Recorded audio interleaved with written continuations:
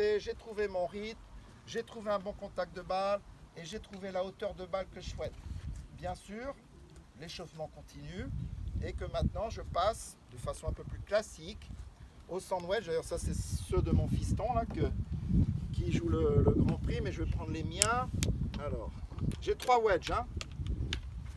Je vais faire ma petite pub au passage. Des bons Cleveland RTX 4.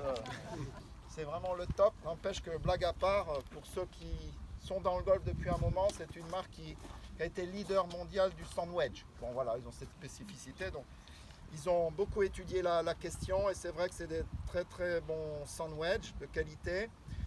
J'ai 60 degrés, 56, 52, sachant que mon pitching wedge doit être aux alentours de 47. Donc on a des écarts évidemment constants. Et donc de ce fait, puisque j'ai 3 sandwichs à ma disposition, il m'a semblé opportun, enfin de toute façon c'est devenu naturel, mais de baser non seulement la base de mon wedging, comme on dit, sandwedging, avec celui du milieu. Pourquoi ? Parce qu'à tout moment, forcément, j'ai toujours une option de monter en ouverture pour plus de hauteur ou inversement pour moins de hauteur. Alors évidemment, je pense que je ne vous apprends rien si c'est que, ne serait-ce que ça influence la distance aussi. Si je prends plus de hauteur, je vais aller moins loin, hein, et inversement. Mais tout simplement, vous pouvez l'imaginer, j'ai travaillé dur, j'ai étalonné mon sandwich, tout d'un coup je suis sur le parcours, j'ai 80 mètres mais il y a vent contre.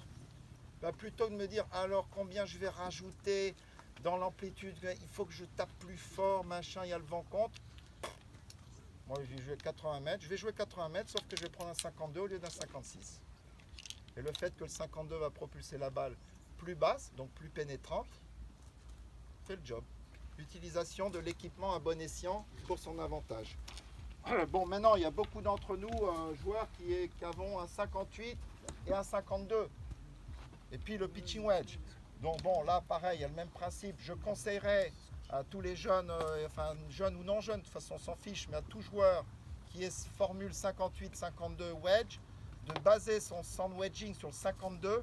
Là encore une fois, pour qu'il ait une option, toujours avoir une option de prendre plus de loft. Alors bien sûr, ok, arriver à 40 mètres, bon, d'accord, vas-y bonhomme ou jeune fille, utilise ton 58, il n'y a pas de problème.